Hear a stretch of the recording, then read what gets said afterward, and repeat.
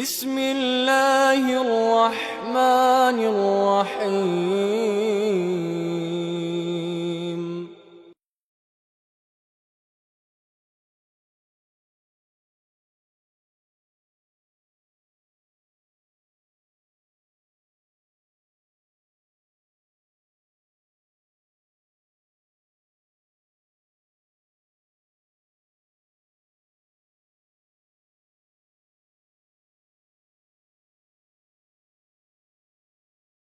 وأشهد أن محمدًا عبده ورسوله أما بعد فأعوذ بالله من الشيطان الرجيم بسم الله الرحمن الرحيم يا أيها الذين آمنوا أطيعوا الله وأطيعوا الرسول وأولي الأمر منكم فإن تنازعتم في شيء فردوه إلى الله والرسول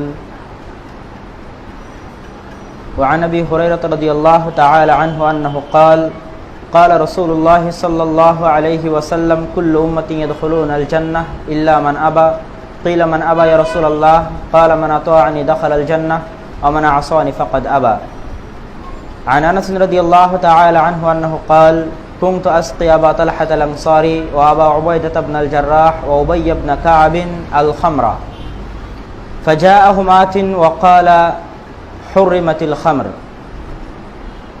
فقال أبو طلحة الأنصاري يا أنس قم إلى هذه الجرار فاكثرها رواه البخاري وعن عبد الله بن عمرو رضي الله تعالى عنه أنه قال كنت أكتب كل شيء أسمعه من رسول الله صلى الله عليه وسلم أريد حفظه فنهتني قريش وقالوا أتكتب كل شيء من رسول الله صلى الله عليه وسلم وهو رسول يتكلم في الغضب والرضا فأمسكت عن ذلك وذكرت ذلك لرسول الله صلى الله عليه وسلم فأومأ بإصبعه إلى فيه وقال اكتب فوالذي نفسي بيده ما يخرج منه إلا حق رواه أبو داود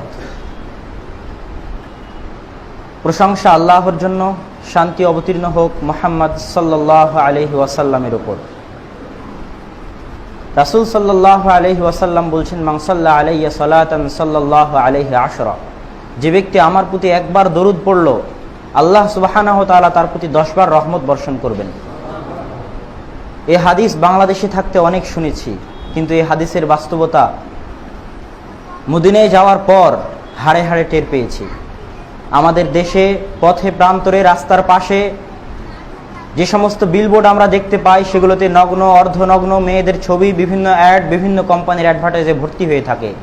কিন্তু সৌদি আরবের মাটিতে আধা কিলোমিটার 1 কিলোমিটার পর পর যে সাইনবোর্ডগুলো দেখা যায় সেগুলোতে লেখা থাকে সাল্লি আলা মুহাম্মদ, মুহাম্মদের প্রতি দরুদ পড়ো। আল্লাহু আকবার। সৌদি আরবে যখন কোনো মানুষ পরস্পরে ঝগড়া করে তখন তারা মনে করে যে আমাদের মাঝে যে ঝগড়াটা হচ্ছে এই ঝগড়ার কারণে আল্লাহর রহমত আমাদের উপর থেকে উঠে যেতে পারে। তখন তারা ঝগড়ার মধ্যেই পরস্পরকে বলে সাল্লি আলা মুহাম্মদ, মুহাম্মদের প্রতি দরুদ পড়ো, কেননা মুহাম্মদ বলেছে মান সাল্লা আলাইয়া সালাতান, যে ব্যক্তি আমার প্রতি একবার দরুদ পড়লো আল্লাহ তার প্রতি 10 বার রহমত বর্ষণ করবেন। সুতরাং আসুন আমরা বক্তব্যের শুরুতেই মুহাম্মদ সাল্লাল্লাহু আলাইহি ওয়াসাল্লামের প্রতি দরুদ পড়ি। সাল্লাল্লাহু আলাইহি ওয়াসাল্লাম।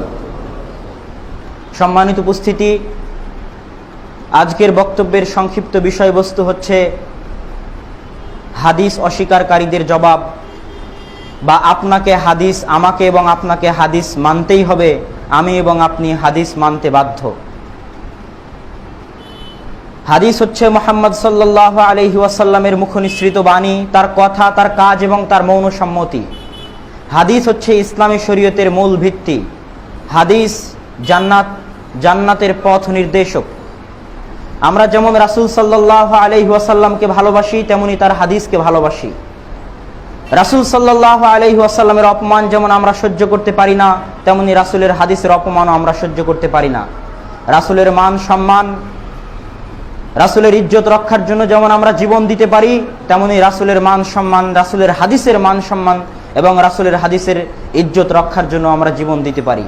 সম্মানিত উপস্থিতি, যারা ইসলামের শত্রু, যারা ইসলামকে ধ্বংস করতে চায়, তারা ইসলামের উত্তরোত্তর উন্নতি, ইসলামের অগ্রগতি এবং ইসলামের অগ্রযাত্রাকে তাদের বাহুর বলে এবং শক্তির দাপটে দমিয়ে না রাখতে পেরে ইসলামকে অভ্যন্তরীণভাবে ধ্বংস করার সিদ্ধান্ত গ্রহণ করে এবং তারা ইসলামকে অভ্যন্তরীণভাবে ধ্বংস করার মধ্যে যে সমস্ত পদক্ষেপ গ্রহণ করে তার মধ্যে সবচাইতে ফলপ্রসূ পদক্ষেপ হচ্ছে রাসূল সাল্লাল্লাহু আলাইহি ওয়াসাল্লামের হাদিসকে অস্বীকার করার চোরাগলিকে উন্মুক্ত করে দেওয়া, রাসূল সাল্লাল্লাহু আলাইহি ওয়াসাল্লামের হাদিসকে অমান্য করার যাবতীয় পথকে উন্মুক্ত করে দেওয়ার এই মহা অস্ত্র তারা মুসলিম সমাজের মধ্যে প্রবেশ করায়।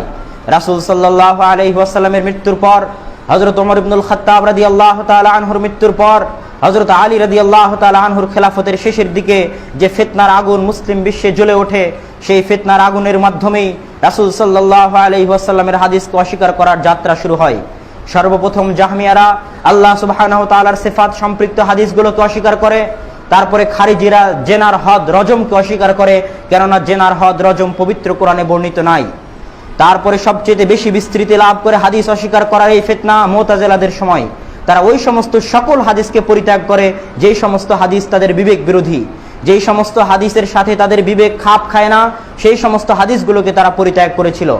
ভারত উপমহাদেশের মাটিতে যাকে আমরা অত্যন্ত সম্মানের সাথে স্যার উপাধি দিয়ে থাকি, আলিগড় বিশ্ববিদ্যালয়ের প্রতিষ্ঠাতাদের অন্যতম স্যার সৈয়দ আহমদ এবং আবদুল্লাহ চক্রালবির মাধ্যমে ভারত উপমহাদেশে হাদিস অস্বীকার করার যাত্রা শুরু হয় এবং ক্ষণে ক্ষণে দিনে দিনে বিভিন্ন রাস্তায় এবং বিভিন্ন পদক্ষেপ, বিভিন্ন কলা কৌশল ছলচাতুরি অবলম্বনের মাধ্যমে ভারত, পাকিস্তান, বাংলাদেশের আলেম ওলামা থেকে শুরু করে আম জনতা রাসূল সাল্লাল্লাহু আলাইহি ওয়াসাল্লামের মুখনিসৃত হাদিসকে অস্বীকার করে থাকে।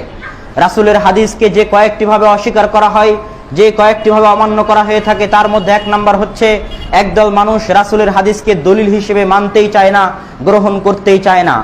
একদল মানুষ রাসূলের হাদিসকে তো দলিল হিসেবে মানতে চায়, কিন্তু শুধু খাবরে মোতাওয়াতির হাদিসে মোতাওয়াতির তথা প্রত্যেক জামানায় একদল মানুষ, একটা জামাত যে হাদিসকে বর্ণনা করে সেই হাদিসকে খাবরে মোতাওয়াতির বলা হয়।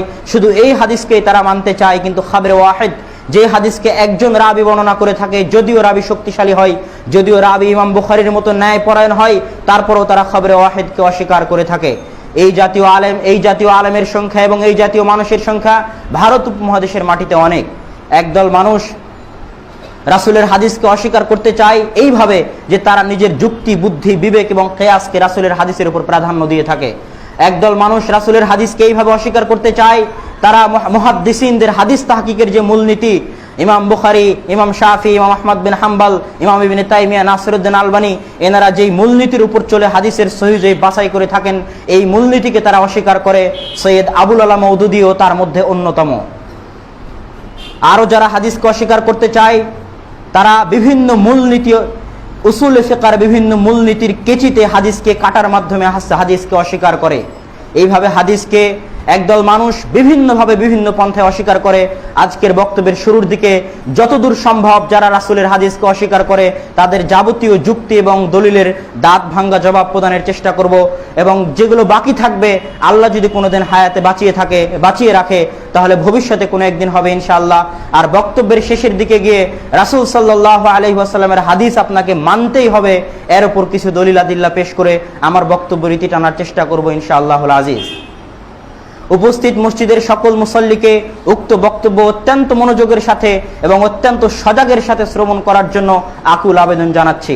সম্মানিত উপস্থিতি, যারা রাসূল সাল্লাল্লাহু আলাইহি ওয়াসাল্লামের হাদিসকে দলিলই গ্রহণ করতে চায় না, যারা রাসূলের হাদিসকেই মানতে চায় না, তাদের উদ্দেশ্যে প্রথম যেটা কথা সেটা হচ্ছে হাদিসের অস্তিত্বহীনতাই কোরআনের অস্তিত্বহীনতা। তারা বলে থাকে কোরআন হচ্ছে সকল সমস্যার সমাধান, আল্লাহ সুবহানাহু ওয়া তাআলা কোরআনের মধ্যে সকল সমস্যার সমাধান দিয়েছেন, সুতরাং আমরা শুধু কোরআনই মানব, রাসূলের হাদিসের কোনো প্রয়োজন নাই। তাদের উদ্দেশ্যে প্রথম কথা হচ্ছে হাদিসের অস্তিত্বহীনতাই কোরআনের অস্তিত্বহীনতা। কেন? রাসূল সাল্লাল্লাহু আলাইহি ওয়াসাল্লামের প্রতি আজ থেকে 1400 বছর পূর্বে যখন আল্লাহ সুবহানাহু ওয়া তাআলার পক্ষ থেকে কোরআন অবতীর্ণ করা হলো, ইকরা বিসমি রাব্বিকাল্লাযী খালাক, এই 5টি আয়াত যখন অবতীর্ণ করা হলো, তখন আপনাকে কে জানিয়েছিল যে এই 5 আয়াত আল্লাহর কোরআনের আয়াত? যতক্ষণ পর্যন্ত না মুহাম্মদ মুখ দিয়ে বলেছে যে এই আয়াত আল্লাহর পক্ষ থেকে অবতীর্ণ হয়েছে, ততক্ষণ পর্যন্ত আপনার জানার কোনো উপায় নাই যে এই আয়াত আল্লাহ সুবহানাহু ওয়া তাআলার অবতীর্ণ আয়াত। রাসূল সাল্লাল্লাহু আলাইহি ওয়াসাল্লাম তার 23 বছরের জীবনে শুধু কোরআনই মানুষকে শোনাননি, তিনি আরো অনেক হাদিস শুনিয়েছেন, অনেক কথাবার্তা বলেছেন। তার মধ্যে আমি এবং আপনি কিভাবে পার্থক্য করব যে এটা রাসূলের হাদিস আর এটা কোরআনের আয়াত? যতক্ষণ পর্যন্ত না মুহাম্মদ বলে দিবে যে শোনো, এই যে কোরআনের আয়াত অবতীর্ণ হলো এটাকে অমুক সূরার অমুক আয়াতের অন্তর্ভুক্ত করো, ততক্ষণ পর্যন্ত আমার এবং আপনার বুঝার উপায় নাই যে এটা কোরআনের আয়াত। সুতরাং কোরআনের অস্তিত্ব নির্ভর করছে রাসূলের কথার উপর, রাসূলের হাদিসের উপর।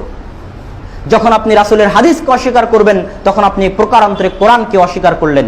হাদিসের অস্তিত্বহীনতাই হচ্ছে রাসূলের কোরআনের অস্তিত্বহীনতা। সুতরাং যারা হাদিসকে অস্বীকার করে তারা প্রকারান্তরে আল্লাহ সুবহানাহু ওয়া তাআলার নিয়ে আসা কোরআনকে অস্বীকার করে। সম্মানিত উপস্থিতি, দ্বিতীয় পয়েন্ট হচ্ছে কোরআন শিখাবে কে? আল্লাহ সুবহানাহু ওয়া তাআলা চাইতেন তাহলে কোরআনকে আসমান থেকে ফেলে দিতেন মানুষের মাঝে, কিন্তু তিনি তা করেননি। তিনি কোরআনের সাথে মুহাম্মদকে পাঠিয়েছেন। মুহাম্মদ তার 23 বছরের জীবনে মানুষকে কোরআন শিখিয়েছেন। কোরআন শিখানোর যদি প্রয়োজনই না থাকতো তাহলে মুহাম্মদ সাল্লাল্লাহু আলাইহি ওয়াসাল্লামের 23 বছর বেঁচে থাকার কোনো প্রয়োজনই ছিল না। যদি কোরআন শিখার প্রয়োজন থেকে থাকে সাহাবীদের, তাহলে এই প্রয়োজন ততদিন থাকবে যতদিন এই কোরআন থাকবে, আর ওই প্রয়োজন ততদিন পূরণ হবে যতদিন কোরআনের সাথে হাদিস থাকবে। যদি আপনি হাদিসকে অস্বীকার করেন তাহলে কোরআন ওই দিন মরে গেছে যেই দিন মুহাম্মদ সাল্লাল্লাহু আলাইহি ওয়াসাল্লাম মারা গেছে। সম্মানিত উপস্থিতি, সুতরাং কোরআন শিখার জন্য, কোরআনের ব্যাখ্যা বোঝানোর জন্য রাসূল সাল্লাল্লাহু আলাইহি ওয়াসাল্লামের হাদিস টিকে থাকা অতীব জরুরি, অবধারিত। রাসূলের হাদিস যদি নাই তাহলে কোরআনও নাই, তথা কোরআনের অর্থই আপনি বুঝতে পারবেন না। হাদিস ছাড়া ইসলামী শরীয়ত অচল। সূরা মায়েদার 3 নম্বর আয়াতে রাসূল আল্লাহ সুবহানাহু ওয়া তাআলা বলছেন, হুররিমাত আলাইকুমুল মাইতাতু ওয়াদ-দাম, তোমাদের উপর মৃত জিনিস এবং রক্তকে আমি হারাম করেছি। আল্লাহ সুবহানাহু ওয়া তাআলা সূরা মায়েদার 3 নম্বর আয়াতে মুসলমানদের জন্য মৃত জিনিসকে এবং রক্তকে হারাম করেছেন। তারপরও আশ্চর্যজনক হলেও সত্য যে মুসলমান কলিজা খায়, মুসলমান পিলিহা খায়, কিন্তু কলিজা এবং পিলিহা রক্তের টুকরা। মুসলমান মরা মাছ খায়, অথচ আল্লাহ সুবহানাহু ওয়া তাআলা সূরা মায়েদার 3 নম্বর আয়াতে বলছেন আমি তোমাদের জন্য মরা জিনিসকে হারাম করেছি। যারা শুধু কোরআন মানতে চান তাদের মরা মাছ খাওয়ার কোনো সুযোগ নাই, তাদের কলিজা খাওয়ার কোনো সুযোগ নাই। কেননা দারাকুতনির 4794 নম্বর হাদিসে ইবনে ওমর রাদিয়াল্লাহু তাআলা আনহু থেকে বর্ণিত, তিনি বলছেন রাসূল সাল্লাল্লাহু আলাইহি ওয়াসাল্লাম বলছেন, উহিল্লা লানা মাইতাতান, আমাদের জন্য আল্লাহ সুবহানাহু ওয়া তাআলা দুইটি মৃত জিনিসকে হালাল করেছেন, একটি হচ্ছে মরা মাছ আর একটি হচ্ছে মরা টিড্ডি। আরব অঞ্চলে এই প্রাণী পাওয়া যায়, মরা টিড্ডি। ওয়া উহিল্লা লানা দামান, আর আমাদের জন্য দুইটি রক্তকে আল্লাহ সুবহানাহু ওয়া তাআলা হালাল করেছেন, একটি হচ্ছে কলিজা আর একটি হচ্ছে পিলিহা, আল কাবিদ ওয়াত তুহাল। সুতরাং যারা রাসূল সাল্লাল্লাহু আলাইহি ওয়াসাল্লামের হাদিসকে অস্বীকার করে, হাদিসকে মানতে চায় না, তাদের মরা মাছ খাওয়ার কোনো সুযোগ নাই। সম্মানিত উপস্থিতি, আল্লাহ সুবহানাহু ওয়া তাআলা সূরা জুমার 11 নম্বর আয়াতে বলছেন, ইযা নুদিয়া লিস-সালাতি মিন ইয়াউমিল জুমআহ, যখন তোমাদেরকে জুমার দিনে সালাতের জন্য আহ্বান করা হয়। জুমার দিনে সালাতের জন্য আহ্বান করা হবে। কোন সালাতের জন্য? ফজরের সালাতের জন্য, জোহরের সালাতের জন্য, আসরের সালাতের জন্য আহ্বান করা হবে। কি বলে আহ্বান করা হবে? আরবি ভাষায় তাআল, তাআল বলার মাধ্যমে আহ্বান করা হবে, না আল্লাহু আকবার, আল্লাহু আকবার বলার মাধ্যমে আহ্বান করা হবে? এই আয়াতকে আপনি আপনার জীবনে কিভাবে বাস্তবায়ন করবেন রাসূলের হাদিস ছাড়া? শুধু তাই নয়, পুরো 5 ওয়াক্ত সালাত আপনি রাসূলের হাদিস ছাড়া কিভাবে আপনার জীবনে বাস্তবায়ন করবেন? আল্লাহ সুবহানাহু ওয়া তাআলা সূরা তাওবার 108 নম্বর আয়াতে বলছেন, লা মাসজিদুন উসসিসা আলাত তাকওয়া, একটি মসজিদ যাকে স্থাপিত করা হয়েছে, প্রতিষ্ঠিত করা হয়েছে তাকওয়ার উপর। এই মসজিদ কোনটা? আল্লাহ সুবহানাহু ওয়া তাআলা পবিত্র কোরআনে বলে দেন এই মসজিদ কোনটা। আপনি কিভাবে নির্বাচন করবেন যে এই তাকওয়ার উপর প্রতিষ্ঠিত মসজিদ কোনটি?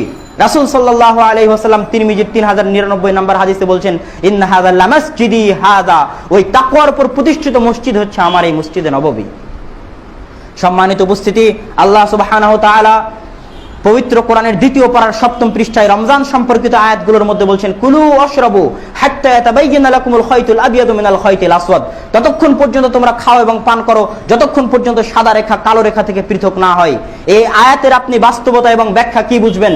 সাহাবী আদি ইবনে হাতিম বলছেন যে যখন এই আয়াত অবতীর্ণ হলো তখন আমি একটা কালো সুতার একটা সাদা সুতা আমার বালিশের নিচে রাখলাম, তারপরে অপেক্ষা করতে থাকলাম পার্থক্য করার জন্য, পার্থক্য করতে পারলাম না। ফাযাকারতু যালিকা লিরাসূলিল্লাহ সাল্লাল্লাহু আলাইহি ওয়াসাল্লাম, রাসূলকে যখন আমি এই কথা জানালাম তখন রাসূল বলছেন এই আয়াতের ব্যাখ্যা হচ্ছে সাওয়াদুল লাইলি ওয়া বায়াদুন নাহার, রাতের অন্ধকার আর দিনের স্বচ্ছতা।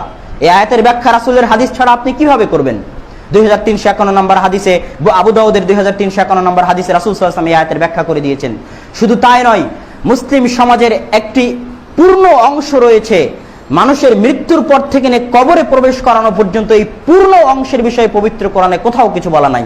জানাজার সালাত কিভাবে হবে, কিভাবে দাফন কাফন হবে, কিভাবে গোসল হবে, কিভাবে কবরে নামাবেন, এই পূর্ণ অংশের বিষয়ে পবিত্র কোরআনে কোথাও নাই। তাহলে আপনি যারা হাদিসকে অস্বীকার করেন, তাদের লাশ মারা গেলে, লোকজন মারা গেলে আপনি কিভাবে তাকে দাফন কাফন করবেন? সম্মানিত উপস্থিতি, হাদিস ছাড়া ইসলামী শরীয়ত অচল। হাদিস আপনাকে মানতেই হবে। হাদিস হচ্ছে পবিত্র কোরআনের ব্যাখ্যা। আল্লাহ সুবহানাহু ওয়া তাআলা সূরা কিয়ামার 17 থেকে 19 নম্বর আয়াতে দ্ব্যর্থহীন কণ্ঠে বলেছেন, কোরআন এক জিনিস আর কোরআনের ব্যাখ্যা আর এক জিনিস। সুম্মা ইন্না আলাইনা বায়ানা, আমার উপর কোরআনের ব্যাখ্যা বুঝিয়ে দেওয়া দায়িত্ব।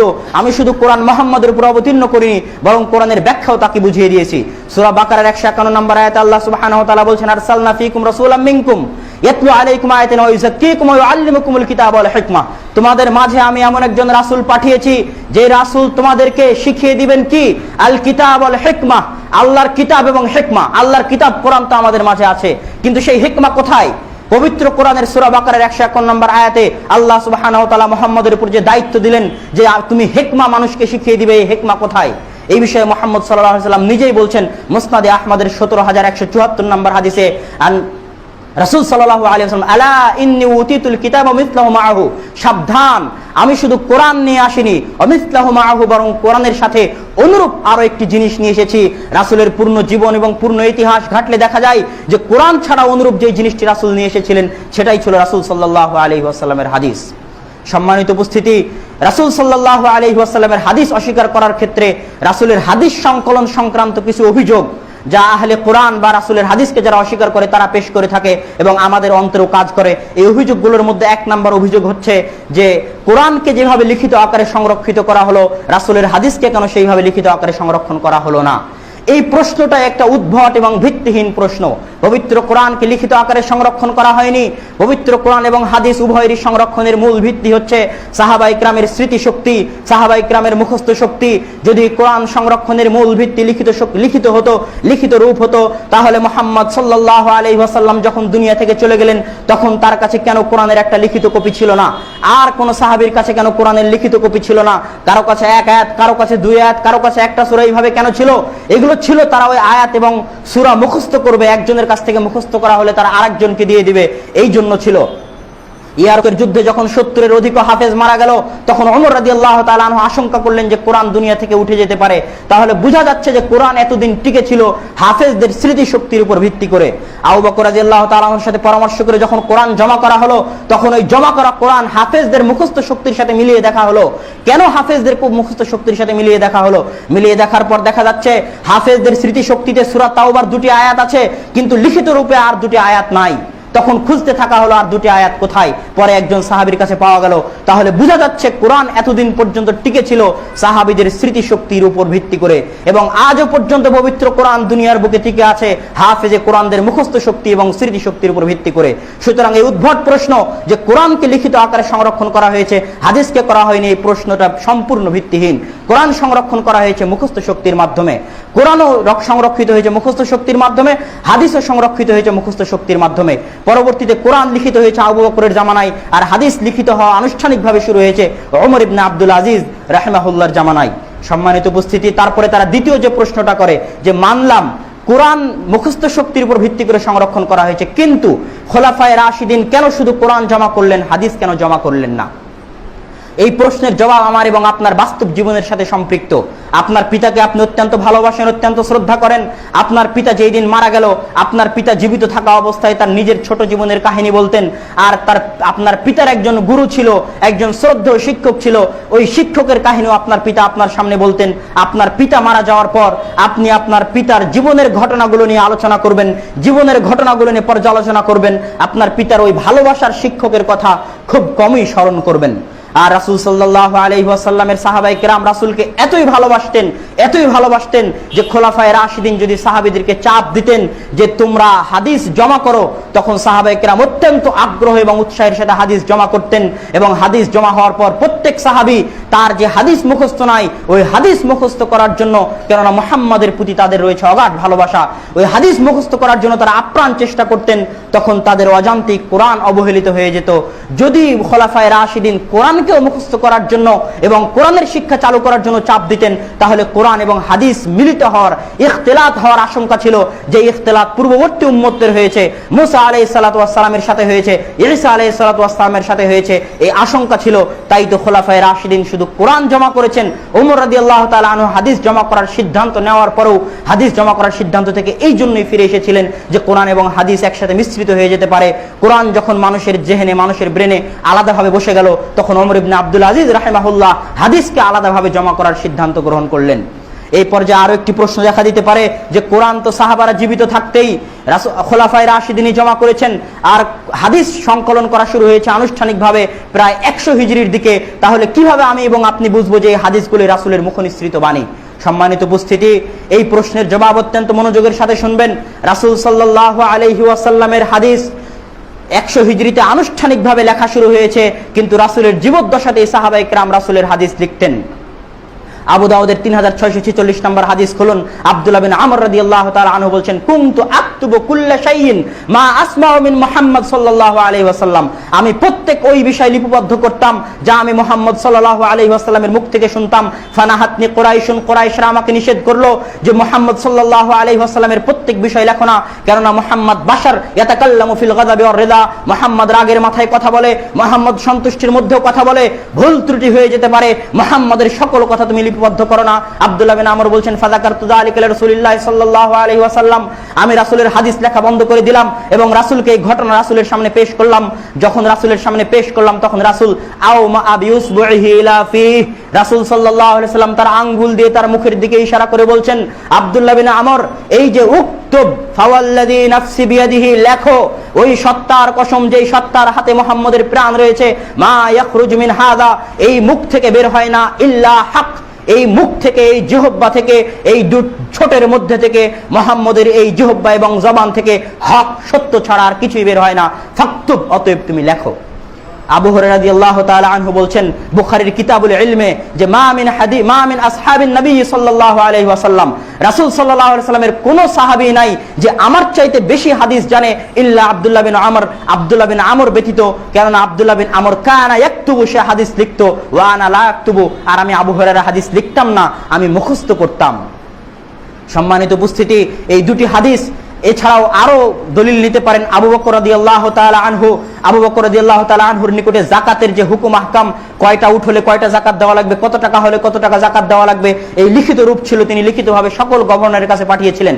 আলী রাদিয়াল্লাহু তাআলা আনহুর কাছে দিয়াত এবং কিসাসের হুকুম লিপিবদ্ধ ছিল, এবং আরো অনেক এবং বহু প্রমাণ পাওয়া যায় যে সাহাবায়ে কেরাম রাসূল সাল্লাল্লাহু আলাইহি ওয়াসাল্লামের সময় থেকে হাদিস লিপিবদ্ধ করতেন। তারপরে দ্বিতীয় যেটা কথা, যে আমলের মাধ্যমে সাহাবায়ে কেরাম রাসূলের হাদিসকে সবচাইতে বেশি সংরক্ষণ করেছেন। কিভাবে? অত্যন্ত মনোযোগ দিয়ে উদাহরণটা শুনুন। একজন ইঞ্জিনিয়ার যখন একটা বাড়ি তৈরি করে তখন তার প্ল্যান, ডেমোচিত্র তৈরি করে, ওই প্ল্যানের উপর ভিত্তি করে যখন বাড়িটা তৈরি হয়ে যায়, বাড়ি তৈরি হয়ে যাওয়ার পর যদি প্ল্যান নষ্ট হয়ে যায়, তাহলে পরবর্তী যুগে ওই বাড়ি দেখে 1000 বার ওই প্ল্যান তৈরি করতে পারবে যে কোনো ইঞ্জিনিয়ার। যদি প্ল্যানের উপর ভিত্তি করে বাড়ি তৈরি হয়ে যায় তাহলে ওই প্ল্যান নষ্ট হোক তাতে যায় আসে না, কিন্তু ওই বিল্ডিং দেখে, ওই বাড়ি দেখে পরবর্তীতে হাজারো বার প্ল্যান তৈরি করা যাবে। রাসূলের হাদিস ছিল ইসলামী মুসলিম সমাজের প্ল্যানের, আল্লাহ প্রদত্ত প্ল্যানের চিত্র। সেই চিত্র রাসূল সাল্লাল্লাহু আলাইহি ওয়াসাল্লাম তার জীবদ্দশাতে বাস্তবায়ন করে গেছেন, এবং পরবর্তীতে খোলাফায়ে রাশিদিনের 30 বছরের সময়ে এই প্ল্যান পুরো সমাজে রাষ্ট্রীয়ভাবে পালিত হয়ে এসেছে, এবং তারপরে সাহাবীদের জীবনে পালিত হয়ে এসেছে। সুতরাং সাহাবায়ে কেরাম আমলের মাধ্যমে রাসূল সাল্লাল্লাহু আলাইহি ওয়াসাল্লামের হাদিসকে জীবিত করে রেখেছেন। জীবিত করার মাধ্যমে সাহাবায়ে কেরাম রাসূলের হাদিসকে সংরক্ষণ করার সবচাইতে বড় কাজটি করেছেন। সুতরাং হাদিস সাহাবায়ে কেরামের আমল দেখে এবং রাষ্ট্রীয় পরিচালনা নীতি দেখে নতুন করে হাদিস লিপিবদ্ধ করা যেত, যে রাসূল এটা করতেন, রাসূল এটা বলতেন। সুতরাং 100 হিজরির দিকে ওমর ইবনে আব্দুল আজিজ রাহিমাহুল্লাহ আনুষ্ঠানিকভাবে যে হাদিস সংকলনের যাত্রা করেছিলেন, সেই সকল হাদিস ছিল রাসূল সাল্লাল্লাহু আলাইহি ওয়াসাল্লামের মুখনিসৃত হাদিস, এতে বিন্দুমাত্র সন্দেহের অবকাশ নাই। সম্মানিত উপস্থিতি, এতক্ষণ পর্যন্ত যা আলোচনা করলাম এটা তাদের উদ্দেশ্যে যারা হাদিসকে দলিল হিসেবে গ্রহণ করতেই চায় না। এবার আসি যারা রাসূল সাল্লাল্লাহু আলাইহি ওয়াসাল্লামের হাদিসের মধ্যে শুধু মুতাওয়াতির অধিক সংখ্যক রাবী কর্তৃক বর্ণিত হাদিসকে মানে, খাবরে ওয়াহিদ একজন রাবী কর্তৃক বর্ণিত হাদিসকে মানে না। এই জাতীয় লোকের সংখ্যা সারা ভারত, পাকিস্তান, বাংলাদেশে অনেক, 90% আলেম ওলামা তাদের মুখে শুনবেন খাবরে ওয়াহিদ যদি কিয়াস বিবেকের বিরোধী হয় তাহলে গ্রহণ করা যাবে না। আশ্চর্যজনক হলেও সত্য যে এটা অত্যন্ত ভ্রান্ত, এবং হাদিস অস্বীকার করার প্রথম ধাপ, হাদিস অস্বীকার করার প্রথম ধাপ হচ্ছে খাবরে ওয়াহিদকে অস্বীকার করা। শুনুন, আল্লাহ সুবহানাহু ওয়া তাআলা সূরা কাসাসের 20 নম্বর আয়াতে বলছেন, মূসা আলাইহিস সালাতু ওয়াস সালামের ঘটনা বলছেন যে ওয়াজা রাজুলুম মিন আকসাল মাদিনা, মূসার নিকটে মদিনা শহর থেকে একজন লোক আসলো, এসে মূসাকে বলল, হে মূসা, ইন্নাল মালা ইয়াতামিরুনা বিকা লিয়াকতুলুক, নিশ্চয় রাষ্ট্রীয় ক্ষমতায় যারা অধিষ্ঠিত আছে তারা আপনাকে হত্যা করার চক্রান্ত করেছে, আপনি এখান থেকে পালিয়ে যান। ফাখরুজ ইন্নী লাকা মিনান নাসিহিন, আপনি শহর ছেড়ে চলে যান, আমি আপনাকে উপদেশ দান করছি। মূসা আলাইহিস সালাম সাল্লাম একজনের খবরের উপর ভিত্তি করে সেই দিন শহর ছেড়ে পালিয়ে গেছিলেন। কোরআন সেই একজনের খবরের ভিত্তিকে বর্ণনা করার মাধ্যমে স্বীকৃতি দিচ্ছে। শুধু তাই নয়, সূরা নামলের 22 নম্বর আয়াতে সুলাইমান আলাইহিস সালাতু ওয়াস সালামের ঘটনায় বলছে যে জিতুকা মিন নাবাইম বিসাবাইম মুবিন, হুদহুদ পাখি বলছে আমি আপনার নিকটে সাবা গোত্রের সংবাদ নিয়ে এসেছি। একজন মানুষ তো দূরে থাক, একজন পাখির কথা সুলাইমান আলাইহিস সালাতু ওয়াস সালাম বিশ্বাস করছেন। বিশ্বাস করার পর ওই সাবা গোত্রের উপর তিনি হামলা করার জন্য এগিয়ে যাচ্ছেন। সম্মানিত উপস্থিতি, আল্লাহ সুবহানাহু ওয়া তাআলা সূরা হুজরাতের 6 নম্বর আয়াতে বলছেন ইন জাআকুম ফাসিকুম বিনাবাইন ফাতাবায়ানু, যখন তোমাদের নিকটে কোনো ফাসিক খবর নিয়ে আসে তখন তোমরা তা যাচাই বাছাই করো। আল্লাহ বলেননি যে যখন তোমাদের নিকটে একজন ব্যক্তি খবর নিয়ে আসে তখন তোমরা যাচাই বাছাই করো। আল্লাহ একথা বলেননি। আল্লাহ বলেননি যে যখন তোমাদের নিকটে অধিকাংশ মানুষ খবর নিয়ে আসবে তখন তা বিশ্বাস করো।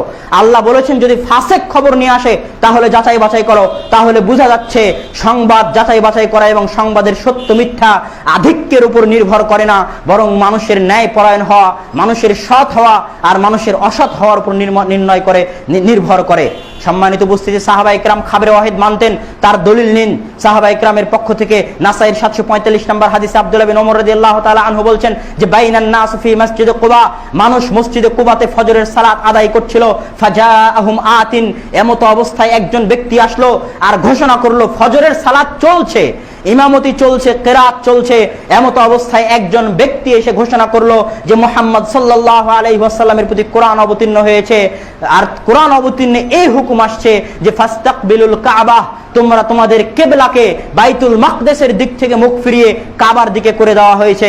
যখন এই সংবাদ ওই মসজিদে সালাত আদায়রত মানুষ শুনলো, ফাস্তাদারু ইলাল কাবা, সালাতের মধ্যেই তারা কাবা শরীফের দিকে ঘুরে গেল।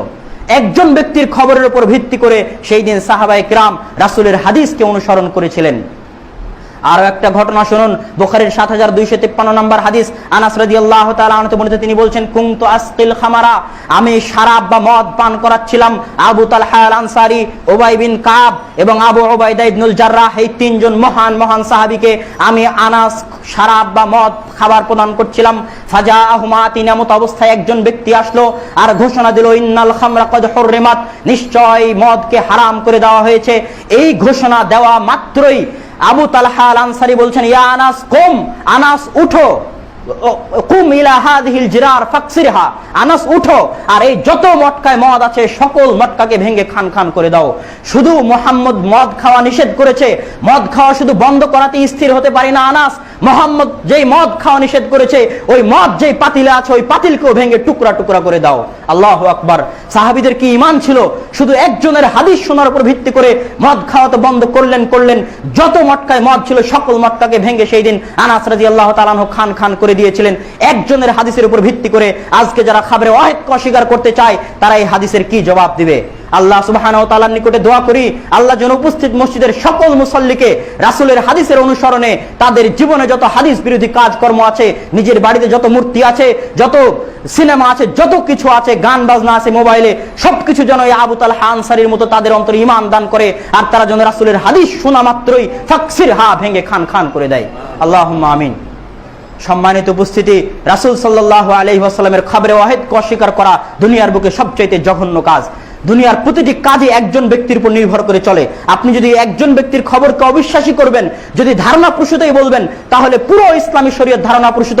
কেননা পুরো ইসলামী শরীয়ত একজন ব্যক্তি নিয়ে এসেছেন, তার নাম মুহাম্মদ সাল্লাল্লাহু আলাইহি ওয়াসাল্লাম। 10 জন ব্যক্তি নিয়ে আসেননি, এক মুহাম্মদ নিয়ে এসেছেন। ওই মুহাম্মদের সততা এবং ন্যায়পরায়ণতার উপর ভিত্তি করেই ইসলাম চলে। সুতরাং যারা খবরে ওয়াহিদকে অস্বীকার করতে চায় তারা রাসূল সাল্লাল্লাহু আলাইহি ওয়াসাল্লামের সাথে ঠাট্টা করে। সম্মানিত উপস্থিতি, এই পর্যায়ে আসুন, কিছু মূলনীতি এবং উসুলের মাধ্যমে অনেক মানুষ রাসূলের হাদিসকে অস্বীকার করতে চায়। তার মধ্যে অন্যতম একটা মূলনীতি হচ্ছে নুরুল আনোয়ার গ্রন্থের বাবুস সুন্নাহ, সুন্নাহ অধ্যায় খুলে দেখুন, সেখানে লেখা আছে যে কোনো গায়ের ফকিহ নয়, ফিকহি জ্ঞান যে রাবির যে সাহাবীর মধ্যে নাই, ওই সাহাবী যদি কোনো হাদিস বর্ণনা করে আর ওই হাদিস যদি মানুষের বিবেক বিরোধী হয় তাহলে ওই হাদিসের উপর মানুষের বিবেককে প্রাধান্য দেওয়া হবে। নাউযুবিল্লাহ, আস্তাগফিরুল্লাহ। আর গায়ের ফকিহ রাবিদের শীর্ষে আছে আবু হুরায়রা রাদিয়াল্লাহু তাআলা আনহু আর আনাস রাদিয়াল্লাহু তাআলা আনহু। তার আবু হুরায়রা এবং আনাস রাদিয়াল্লাহু তাআলা আনহুর হাদিসকে অস্বীকার করতে চায়। আবু দাউদের 3446 নম্বর হাদিসে রাসূল সাল্লাল্লাহু আলাইহি ওয়াসাল্লাম বলছেন, যখন তোমাদের কোনো ব্যক্তি বাজারে গেল এবং বাজারে গিয়ে দেখলো যে একজন বিক্রেতা গাভী নিয়ে এসেছে, সেই গাভীর দুধের স্তন স্তন অনেক ফুলে আছে, সে 2-3 দিন যাবত ওই গাভীর দুধকে দহন করেনি, যাতে মানুষকে ধোকা দেয় যে আমার গাভীতে 7, 8, 9, 10 কেজি দুধ হয়। যখন তুমি কিনে নিয়ে আসলে ধোকা খেয়ে আসার পর দেখছো গাভী 7, 8 কেজি নয়, 2-3 কেজি দুধ দেয়, তখন তুমি এই গাভীকে আবার তার কাছে ফেরত দিতে চাচ্ছ। কিন্তু এই 2-3 দিন তুমি যে গাভীর দুধ খেলে, এর বিনিময়ে তুমি 1 সা খেজুর বিক্রেতাকে দিবে। এই হাদিস বুখারীতেও আছে, এই হাদিস আবু দাউদের 3446 নম্বরও আছে। কিন্তু ওই সম্প্রদায় যারা বলে থাকে যে রাবি যদি গায়ের ফকিহ হয় আর তার হাদিস যদি বিবেক বিরোধী হয় তাহলে হাদিসকে পরিত্যাগ করতে হবে, তারা বলল যে এই লোক 3-4 দিন যদি 10 কেজি দুধ খায় তো 10 কেজি দুধের বিনিময়ে 1 সা, যদি 1 কেজি দুধ খায় তার বিনিময়ে 1 সা খেজুর। এটা কেমন কথা? বিবেক বলছে 10 কেজি দুধ খেলে 10 কেজি দুধ ফেরত দিবে অথবা 10 কেজি দুধের সমপরিমাণ মূল্য ফেরত দিবে, আর রাসূল বলেছেন 1 সা খেজুর দিবে। সুতরাং রাসূলের হাদিস বিবেক বিরোধী, আর এই হাদিসের বর্ণনাকারী হচ্ছে আবু হুরায়রা রাদিয়াল্লাহু তাআলা আনহু। সুতরাং এই হাদিস চলবে না। নাউযু বিল্লাহি মিন যালিক। খুলুন নুরুল আনোয়ার বাবুস সুন্নাহ সুন্নাহ অধ্যায়ে। আল্লাহ সুবহানাহু ওয়া তাআলা তাদেরকে হেদায়েত দান করুক। সম্মানিত উপস্থিতি, আরো উসুল আছে। তিরমিজি শরীফের 67 নম্বর, সুনানে তিরমিজির 67 নম্বর হাদিস খুলুন, সেখানে আছে রাসূল সাল্লাল্লাহু আলাইহি ওয়াসাল্লাম বলছেন কুল্লাতাইন ইযা কানাল মাউ কুল্লাতাইন, যদি পানি 2 কুল্লা পরিমাণ হয়, একটা হিসাব যা বর্তমান যুগে 200 থেকে নিয়ে 215-16 লিটার পর্যন্ত হতে পারে, কুল্লাতাইন পরিমাণ হয়, তাহলে ওই পানিতে কোনো নাপাকি পড়লে কোনো সমস্যা নাই, ওই পানিতে ওযু গোসল সবই করা জায়েজ হবে। এই হাদিসকে নিয়ে আসার পর, এই হাদিস ওই সম্প্রদায়ের বিরোধী যারা রাসূলের হাদিসকে মানতে চায় না, নিয়ে আসার পর আল্লামা তাকি উসমানী তার দারসে তিরমিজিতে এই হাদিসের অধীনে বলছেন যে এই হাদিস কেন চলবে না, কেন এই হাদিস হচ্ছে উমুমে বালওয়া। উমুমে বালওয়া মানে মানব সমাজের সাথে সম্পৃক্ত। যেমন জাকাত শুধু একদল লোকের সাথে, যারা ধনী তাদের সাথে জাকাতের হুকুম সম্পৃক্ত, সকলের সাথে নয়। কিন্তু তাহারাত পবিত্রতার হুকুম আহকামগুলো আম জনসাধারণ সকলের সাথে সম্পৃক্ত। আর আম জনসাধারণের সাথে সম্পৃক্ত হাদিস শুধুমাত্র একজন সাহাবী বর্ণনা করছেন, আব্দুল্লাহ বিন ওমর। সুতরাং আম জনসাধারণের ক্ষেত্রে সাথে সম্পৃক্ত এই বর্ণিত হাদিসকে আমরা গ্রহণ করতে পারি না। খুলুন দারসে তিরমিজি আল্লামা তাকি উসমানীর 67 নম্বর হাদিসের অধীনে তিনি এই উসুল দিয়ে রাসূলের হাদিসকে অমান্য করছেন। এইভাবে বিভিন্ন মূলনীতি এবং বিভিন্ন উসুলের কেচি দিয়ে রাসূল সাল্লাল্লাহু আলাইহি ওয়াসাল্লামের হাদিসকে কাটা হয়। আল্লাহ সুবহানাহু ওয়া তাআলা আমাদের থেকে পরিত্রাণ দান করুক, আল্লাহুম্মা আমিন। সম্মানিত উপস্থিতি, একদল মানুষ নিজের বিবেক এবং বুদ্ধি এবং যুক্তিকে রাসূলের হাদিসের উপর প্রাধান্য দিয়ে থাকে। রাসূল সাল্লাল্লাহু আলাইহি ওয়াসাল্লাম বলছেন, আবু দাউদের 73 নম্বর হাদিসে, ইযা ওয়ালাগাল কালবু ফি ইনাই আহাদিকুম, যখন কোনো কুকুর তোমাদের পাত্রে মুখ দেয় তখন তোমরা ওই কুকুরের মুখ লাগা পাত্রকে 7 বার ধৌত করো। তো একদল মানুষের ফতোয়া এই ফতোয়ার বিরুদ্ধে, তাদের ফতোয়া হচ্ছে 3 বার ধৌত করতে হবে। তখন তারা বুদ্ধি বিবেক খুপড়ি দাঁড়ালো, নিজের বিবেককে পরিচালনা করলো হাদিসের বিরুদ্ধে। কিভাবে? এই কুকুর মুখ দেওয়ার চাইতে অপবিত্র হচ্ছে মানুষের পেশাব এবং পায়খানা, অথচ রাসূল মানুষের পেশাব পায়খানার ক্ষেত্রে 3 বার ধোয়ার কথা বলেছেন। তাহলে যেটা তার চাইতে নিকৃষ্ট সেটার ক্ষেত্রে যদি 3 বার হয়, তাহলে কুকুরের ক্ষেত্রে কেন 7 বার হবে? সুতরাং কুকুরের ক্ষেত্রেও 3 বার। এইভাবে যুক্তি দিয়ে তারা রাসূল সাল্লাল্লাহু আলাইহি ওয়াসাল্লামের হাদিসকে কাটে, রাসূল সাল্লাল্লাহু আলাইহি ওয়াসাল্লামের হাদিসকে অপমান করে, রাসূল সাল্লাল্লাহু আলাইহি ওয়াসাল্লামের হাদিসকে পদদলিত করে। একদল মানুষ যখন কোনো রাস্তায় থাকে না, যুক্তি দিয়েও পারে না, মূলনীতি দিয়েও পারে না, তখন ইহুদিদের সবচেয়ে নিকৃষ্ট আচরণ তাবিল করা। ইহুদিদেরকে আল্লাহ সুবহানাহু ওয়া তাআলা বলেছিলেন শনিবারের দিন মাছ মারা নিষেধ, ইহুদিরা বলেছিল ঠিক আছে শনিবারের দিন মাছ মারা নিষেধ, তারা তাবিল করলো। যখন কোরআন তেলাওয়াত করতে লাগলো নবী, তখন তারা মাছগুলোকে ঘিরে ধরলো শনিবারের দিন আর মাছ মারলো না। যখন রবিবারের দিন আসলো তখন ওই ঘিরে রাখা মাছগুলোকে তারা মারলো। এটার নামে আল্লাহর হুকুমের সাথে তাবিল। যখন হাদিস অস্বীকার করার কোনো পথ থাকে না তখন একদল মানুষ তাবিল করে। তাবিল করার উদাহরণ শুনবেন, আবু দাউদের 83 নম্বর হাদিসে রাসূল সাল্লাল্লাহু আলাইহি ওয়াসাল্লাম বলছেন যে সমুদ্রের আল হিল্লু মাইতাতুহু ওয়া তুহুরু মাউহু, সমুদ্রের পানি পবিত্র, আল হিল্লু মাইতাতুহু, এবং সমুদ্রের মৃত জিনিস হচ্ছে হালাল। কিন্তু এই ফতোয়া তাদের বিরুদ্ধে যারা শুধু বলে থাকে যে সমুদ্রের মৃত জিনিসের মধ্যে শুধু মাছ হালাল আর কিছু হালাল নয়। এই হাদিস তাদের বিরুদ্ধে হয়, কোনোভাবে জবাব দিতে না পারায় এই হাদিসের তারা তাবিল করেছে। আনোয়ার শাহ কাশ্মীরি রাহিমাহুল্লাহ তারা আল আরফুস শাযির প্রথম খণ্ডের 104 নম্বর পৃষ্ঠায় মাহমুদুল হাসান দেওবন্দি রাহিমাহুল্লাহর পক্ষ থেকে নকল করছেন। তিনি এই হাদিসের তাবিল করে বলছেন আল হিল্লু মাইতাতুহু, সমুদ্রের মৃত জিনিস হালাল। আল হিল মানে হালাল। এখানে হালাল দ্বারা উদ্দেশ্য হচ্ছে যে সমুদ্রের মৃত জিনিস পবিত্র। নাউজুবিল্লাহ। পবিত্র মানে সমুদ্রে যদি কোনো মৃত জিনিস মারা যায় তাহলে ওটা পবিত্র। এই জন্য তাহলে সমুদ্রের পানি আর অপবিত্র হলো না, সমুদ্রের পানিতে উজু করা যাবে, সমুদ্রের পানি খাওয়া যাবে। সকল মুহাদ্দিস বুঝলেন যে আল হিল মানে হালাল, সমুদ্রের মৃত জিনিস হালাল। যখন তাদের ফতোয়ার বিরুদ্ধে চলে গেল তখন তারা আল হিল মানে করলো পবিত্র। এটা হচ্ছে হাদিস অস্বীকার করার শেষ পর্যায়। তাবিলের মাধ্যমে রাসূল সাল্লাল্লাহু আলাইহি ওয়াসাল্লামের হাদিসকে কাটা হয়, রাসূল সাল্লাল্লাহু আলাইহি ওয়াসাল্লামের হাদিসকে খণ্ডন করা হয়। সম্মানিত উপস্থিতি, আরো দুটো বিষয় বিষয় হাদিস অস্বীকার করার মধ্যে রয়েছে, কিন্তু হয়তোবা আজকের জুমার খুতবায় সময় হবে না। তার মধ্যে একটা হচ্ছে, একদল মানুষ মুহাদ্দিসরা যেই পথ এবং পন্থার মাধ্যমে, যেই মূলনীতির মাধ্যমে রাসূলের হাদিসের সহিহ যাচাই করেন, এই মূলনীতিকে তারা অস্বীকার করে। আর আরেক দল হাদিস এবং সুন্নাতের মধ্যে পার্থক্য করার মাধ্যমে হাদিস অস্বীকার করার এক নতুন চোরাগুলো উন্মুক্ত করেছে। লম্বা আলোচনা, আল্লাহ যদি তৌফিক দেয় তো এই দুটো বিষয়ের উপর আরেক জুমায় ইনশাআল্লাহ আলোচনা করব। এই পর্যায়ে আমরা আসি, রাসূল সাল্লাল্লাহু আলাইহি ওয়াসাল্লামের হাদিস আমাকে এবং আপনাকে মানতেই হবে। আমার এবং আপনার নাজাতের ভিত্তি হচ্ছে রাসূলের হাদিস। আল্লাহ সুবহানাহু ওয়া তাআলা সূরা নাজমের 2 এবং 3 নম্বর আয়াতে বলছেন, ওমা ইয়ানতিকু আনিল হাওয়া ইন হুয়া ইল্লা ওয়াহয়ুহা। শুনে রাখো, মুহাম্মদ নিজের পক্ষ থেকে কোনো কথা বলে না। ইন হুয়া ইল্লা ওয়াহয়ুহা, প্রত্যেক যে কথা মুহাম্মদ বলে সেই কথা তারপর ওহী করার পরে মুহাম্মদ সাল্লাল্লাহু আলাইহি ওয়াসাল্লাম বলে থাকেন। সূরা হাশরের 7 নম্বর আয়াতে আল্লাহ সুবহানাহু ওয়া তাআলা বলছেন, ওমা আতাকুমুর রাসূলু ফাখুযুহু ওয়া মা নাহাকুম আনহু ফান্তাহু। মুহাম্মদ তোমাদের নিকটে প্রত্যেক যেই জিনিস নিয়ে আসে তোমরা সেটা গ্রহণ করো। ওয়া মা নাহাকুম আনহু ফান্তাহু, এবং মুহাম্মদ তোমাদেরকে যেই জিনিস থেকে বাধা দেয়, যেই জিনিস থেকে নিষেধ করে, তোমরা সেই জিনিস থেকে বিরত থাকো। সূরা নিসার 59 নম্বর আয়াতে আল্লাহ সুবহানাহু ওয়া তাআলা বলছেন, ইয়া আইয়ুহাল্লাযীনা আমানু, ও হে ঈমানদারগণ, আতিউল্লাহ ওয়া আতিউর রাসূল, আল্লাহর আনুগত্য করো, মুহাম্মদ সাল্লাল্লাহু আলাইহি ওয়াসাল্লামের আনুগত্য করো। ওয়া উলিল আমরি মিনকুম, এবং তোমাদের মধ্যে যারা নেতৃস্থানীয় তাদের আনুগত্য করো। ফাইন তানাযাআতুম ফি শাইইন, যদি তোমাদের মধ্যে কোনো বিষয় নিয়ে ইখতিলাফ হয়, ফারুদ্দুহু ইলাল্লাহি ওয়া রাসূল, তাহলে ইখতিলাফ সম্পৃক্ত বিষয়গুলোকে তোমরা আল্লাহ এবং তার রাসূলের দিকে ফিরিয়ে দাও। সূরা নিসার 65 নম্বর আয়াতে আল্লাহ সুবহানাহু ওয়া তাআলা বলেন, ফালা ওয়া রাব্বিকা, কখনো নয়, অসম্ভব, কোশ্চেন কালো নয়, আপনার প্রতিপালকের শপথ, লা ইউমিনুনা হাত্তা ইউহাক্কিমুকা, প্রত্যেক ওই মানুষ মুমিন হতে পারে না যতক্ষণ পর্যন্ত না তাদের মধ্যে সৃষ্ট হওয়া সমস্যার ক্ষেত্রে মুহাম্মদ যেই সমাধান দেয় ওই সমাধানকে তারা বিনা বাক্য ব্যয় এবং মনের মধ্যে বিন্দুমাত্র খটকা ছাড়াই ওই মুহাম্মদের নির্দেশকে, ওই সমাধানকে মেনে না নেয়। ফালা ওয়া রাব্বিকা লা ইউমিনুনা, তোমার প্রতিপালকের শপথ, তারা কোশ্চেন কালো মুমিন হতে পারে না। সম্মানিত উপস্থিতি, আল্লাহ সুবহানাহু ওয়া তাআলা আরো বলছেন, ওমা কানা লিমুমিনিন ওয়ালা মুমিনাতিন, কোন মুমিন পুরুষ এবং কোন মুমিন নারীর জন্য শোভনীয় নয় যে যখন মুহাম্মদ কোন নির্দেশ দিবে তখন সেই নির্দেশের ক্ষেত্রে তারা স্বেচ্ছাচারিতা করবে, নিজের ইচ্ছাকে মুহাম্মদের ও আদেশের উপর নিজের ইচ্ছাকে বাস্তবায়ন করার চেষ্টা করবে। ওমা ইয়াসিল্লাহ ওয়া রাসূলাহু, যে ব্যক্তি আল্লাহ এবং তার রাসূলকে অস্বীকার করলো, ফাকাদ দাল্লা দালালাম মুবিনা, সেই স্পষ্ট পথ ভ্রষ্টদের অন্তর্ভুক্ত। আল্লাহ সুবহানাহু ওয়া তাআলা আরো বলছেন, ওমা ইশাকিকির রাসূল মিন বা'দি মা তাবায়্যানা লাহুল হুদা, যারা মুহাম্মদ সাল্লাল্লাহু আলাইহি ওয়াসাল্লামের বিরোধিতা করলো তাদের নিকটে হেদায়েত স্পষ্ট হওয়ার পরেও, নুয়াল্লিহি মা তাওয়াল্লা, আমি তাদেরকে পিছে সরিয়ে দেব, অনুসলিহি জাহান্নাম, আর তাদেরকে জাহান্নামে নিক্ষেপ করব, সাআত মাসিরা, আর জাহান্নাম কত নিকৃষ্ট না জায়গা। সুতরাং রাসূলকে যদি কেউ অস্বীকার করে তাহলে তার থাকার জায়গা হচ্ছে জাহান্নাম। মুয়াত্তা মালিকের 1628 নম্বর হাদিসে রাসূল সাল্লাল্লাহু আলাইহি ওয়াসাল্লাম বলেন, তারাকতু ফীকুম আমরাইন লান তাদিল্লু মা মাসসাকতুম বিহিমা কিতাবাল্লাহ সুন্নাত রাসূলিহি, আমি মুহাম্মদ তোমাদের মাঝে দুটি জিনিসকে ছেড়ে গেলাম, এই দুটি জিনিস যতক্ষণ পর্যন্ত তোমরা আঁকড়ে ধরে থাকবে ততক্ষণ পর্যন্ত তোমরা পথভ্রষ্ট হবে না।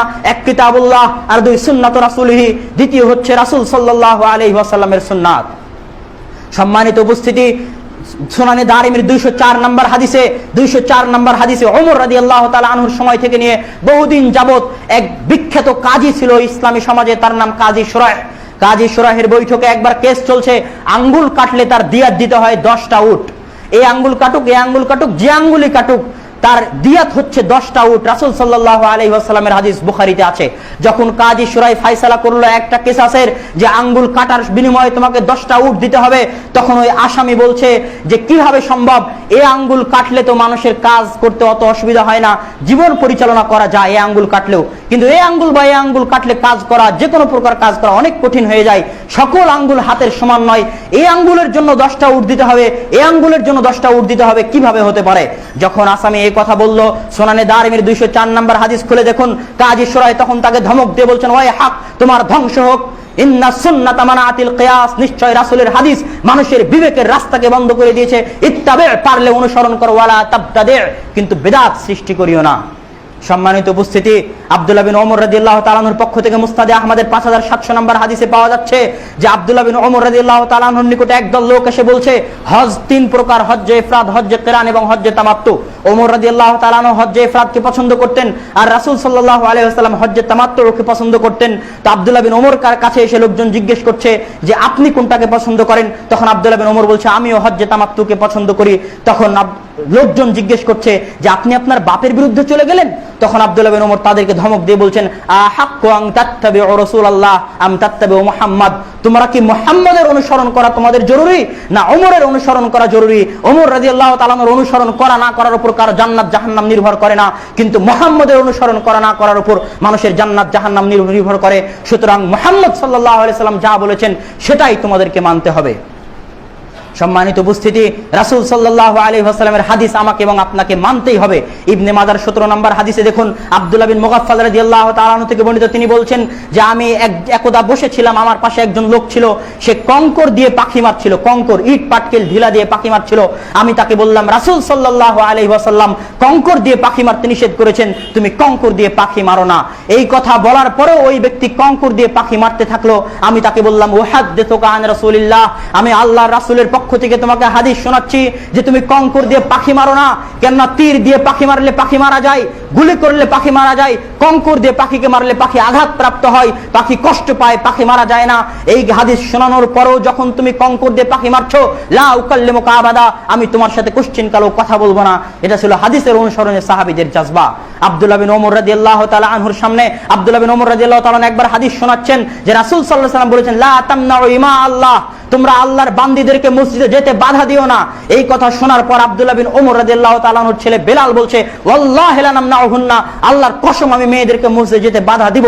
তখন হাদিসের রাবি নাফি বলছেন, ফাসাব্বা শাব্বান শাদীদা ওয়া গাযিবা গাযবান শাদীদা, আব্দুল্লাহ বিন ওমর ওই দিন এত রাগান্বিত হলেন যে ইতিপূর্বে আমি আব্দুল্লাহ বিন ওমরকে এত রাগান্বিত হতে দেখিনি। আব্দুল্লাহ বিন ওমর বললেন, আমি রাসূলের পক্ষ থেকে হাদিস শোনাচ্ছি, রাসূল বলেছেন তোমরা মেয়েদেরকে মসজিদে যেতে বাধা দিও না, আর তুমি বলছো বাধা দিব। ওয়াল্লাহি লা উকাল্লিমুকা আবাদা, আমি তোমার সাথে কোনোদিন কথা বলবো না।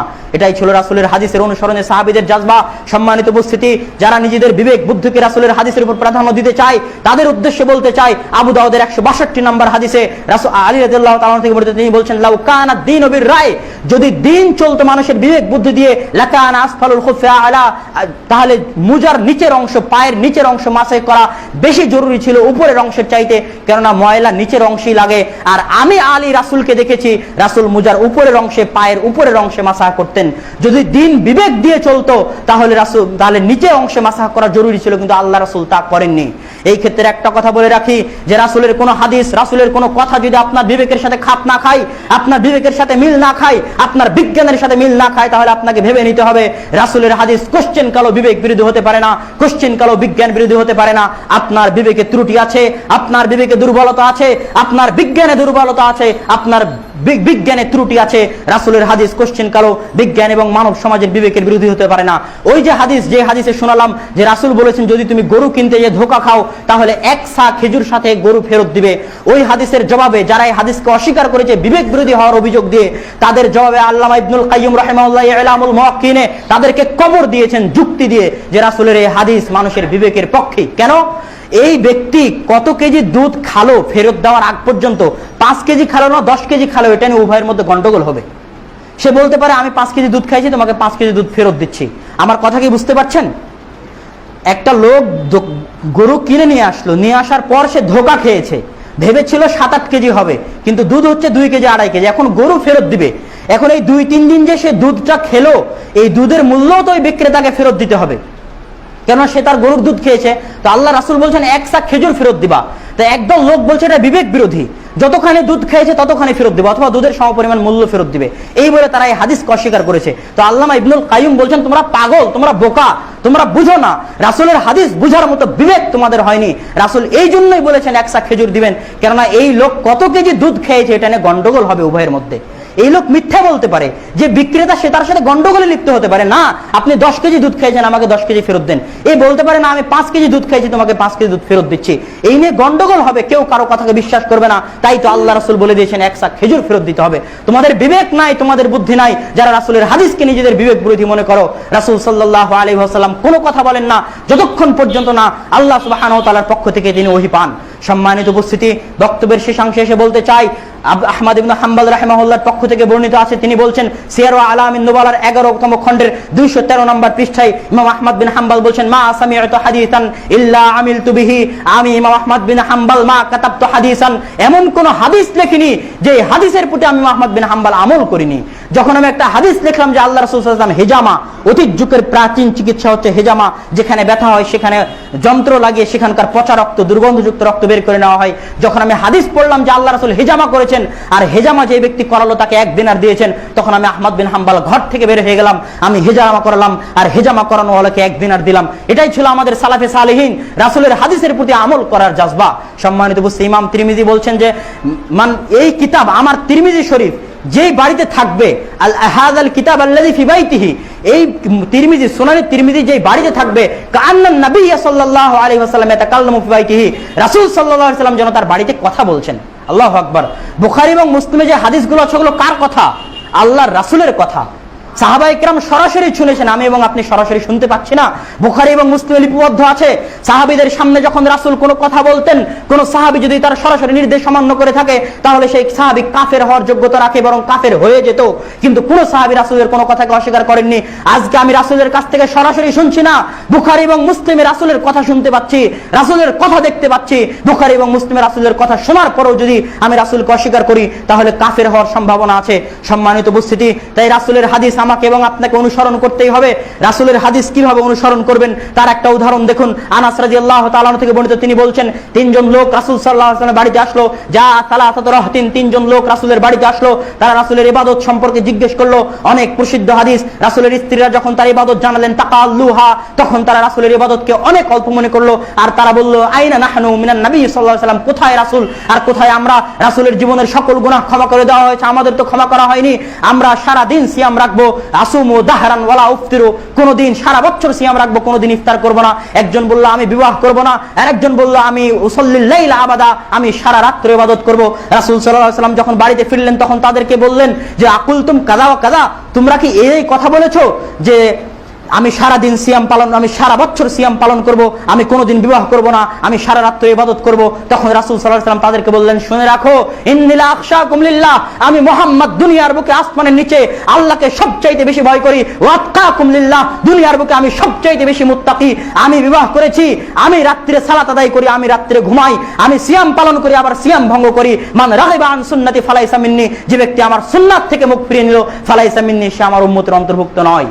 মুহাম্মদ সাল্লাল্লাহু আলাইহি ওয়াসাল্লামের পুঙ্খানুপুঙ্খ অনুসরণ করতে হবে, তার সাথে বিন্দুমাত্র বাড়াবাড়ি করার, তার হাদিসের উপর বিন্দুমাত্র বিবেক চালানোর অধিকার কোন মুসলমানের নাই। যারা রাসূলের হাদিসকে অস্বীকার করে, যারা রাসূলের হাদিসকে অস্বীকার করতে চায়, তাদের ঠিকানা হচ্ছে জাহান্নাম। কিভাবে বুঝতে পারছেন? রাসূলের হাদিস বুখারী শরীফের 7280 নম্বর হাদিস, আবু হুরায়রা রাদিয়াল্লাহু তাআলা আনহু বলেছেন, কুল্লু উম্মতি ইয়াদখুলুনাল জান্নাহ, রাসূল বলেছেন আমার সকল উম্মত জান্নাতে যাবে ইল্লা মান আবা, যারা আমাকে মানে না তারা জান্নাতে যেতে পারবে না, তাদের ঠিকানা জাহান্নাম। আর রাসূলের সুন্নাতকে যদি অস্বীকার করেন তাহলে আজকে পৃথিবীর কোনায় কোনায় এবং প্রান্তে প্রান্তে মুসলমানেরা যে নির্যাতিত, মুসলমানেরা যে নিষ্পেষিত, মুসলমানেরা যে ইহুদি খ্রিস্টানদের দ্বারা নির্যাতনের স্টিমরোলারে ভুগছে, তার 1 নম্বর কারণ হচ্ছে রাসূলের সুন্নাতকে অস্বীকার করা। রাসূলের সুন্নাত আজ মুসলিম সমাজ থেকে বিদায় নিয়েছে। মানুষের বানানো তন্ত্র মন্ত্র, মানুষের বানানো মতবাদ আজ বাংলাদেশ সহ সারা পৃথিবীতে মুসলমানরা বাস্তবায়নের জন্য তরুণ ছাত্র সমাজ জীবন দিচ্ছে। এই জন্যই তো তারা আজকে নির্যাতিত। দলিল, রাসূল সাল্লাল্লাহু আলাইহি ওয়াসাল্লাম উহুদের যুদ্ধে আব্দুল্লাহ বিন জুবাইরকে বলেন, আব্দুল্লাহ বিন জুবাইর, তোমরা 40 জন এই জায়গায় দাঁড়িয়ে থাকবে, যদি আমরা মরে লাশ হয়ে যায়, আমাদের লাশকে যদি শুকনে খাই, আমাদের লাশ যদি কাক ছিঁড়ে খাই, তবুও তোমরা এই জায়গা পরিত্যাগ করবে না। আব্দুল্লাহ বিন জুবাইর বলছেন, যখন উহুদের যুদ্ধে জয় জয় ভাব, যখন মুসলমানেরা গনিমতের মাল সংগ্রহ করছে, তখন আমি বাদ দিয়ে বাকি 39 জন সকলেই গনিমতের মাল সংগ্রহ করার জন্য চলে গেল। আমি তাদেরকে বললাম, আল্লাহর রাসূল বলেছিল যে আমরা যদি মরা লাশও হয়ে যাই তবুও তোমরা এই জায়গা পরিত্যাগ করবে না, তোমরা জায়গা পরিত্যাগ করো না। কিন্তু তারা শুনলো না। যখন তারা জায়গা ছেড়ে চলে গেল তখন খালিদ বিন ওয়ালিদ পিছন দিক থেকে এসে মুসলিম বাহিনীর পিছন দিক থেকে আক্রমণ করলেন। উহুদের জয় পরাজয় লাভ করলো রাসূলের নির্দেশকে লঙ্ঘন করার জন্য। আজ যদি মুসলিম জাতি নির্যাতন থেকে, নিষ্পেষণ থেকে মুক্তি পেতে চায়, আজ যদি মুসলিম জাতি শান্তি পেতে চায়, উন্নতি এবং অগ্রগতি চায়, তাহলে রাসূলের সুন্নাত বাস্তবায়ন করা ছাড়া আর দ্বিতীয় কোনো পথ নাই। যতদিন পর্যন্ত মুসলিম সমাজ রাসূলের সুন্নাতকে বাস্তবায়ন না করবে, রাসূলের সুন্নাতকে যতদিন পর্যন্ত মেনে না নিবে, কোনো প্রকার বিবেকের প্রশ্ন ছাড়াই, কোনো প্রকার যুক্তি ছাড়াই, ততদিন পর্যন্ত মুসলমানদের উপর নির্যাতন চলতেই থাকবে। এটা আল্লাহর গজব। তাই নির্যাতন থেকে বাঁচার জন্য ক্ষমতা দখল নয়, আগে নিজের জীবনে রাসূলের সুন্নাতকে বাস্তবায়ন করতে হবে। সম্মানিত উপস্থিতি, বক্তব্যের শেষাংশে এসে আপনাদের নিকটে বলতে চাই যে আমরা রাসূলের হাদিসকে মানতে চাই, রাসূলের হাদিসকে ভালোবাসি, রাসূলের হাদিসকে অনুসরণ করতে চাই। জেল হোক, শুলি হোক, ফাঁসি হোক, রাসূলের হাদিসের অনুবাদ এবং রাসূলের হাদিসের অনুসরণ আমরা মরা পর্যন্ত করে যাব। আমাদেরকে আবার ফাঁসির কাষ্টে ঝোলাও, আমাদেরকে আবার শুলির কাষ্টে ঝোলাও, আবার আন্দামান যে দ্বীপে যে আবাসন নির্বাসনে থাকতে রাজি আছি, কিন্তু রাসূলের হাদিসকে কেউ অপমান করবে, রাসূলের হাদিসকে কেউ অমান্য করবে, রাসূলের হাদিসকে কেউ বিবেকের নাম দিয়ে, কেউ যুক্তির নাম দিয়ে, কেউ কিয়াসের নাম দিয়ে পদদলিত করবে, আমাদের দেহে এক ফোঁটা রক্ত থাকা পর্যন্ত আমরা তা মেনে নিতে পারি না। রাসূলের হাদিসকে আমরা ইনশাআল্লাহ অনুসরণ করবই। আল্লাহ সুবহানাহু ওয়া তাআলা আমাদের সেই তৌফিক দান করুক। আল্লাহুম্মা আমিন।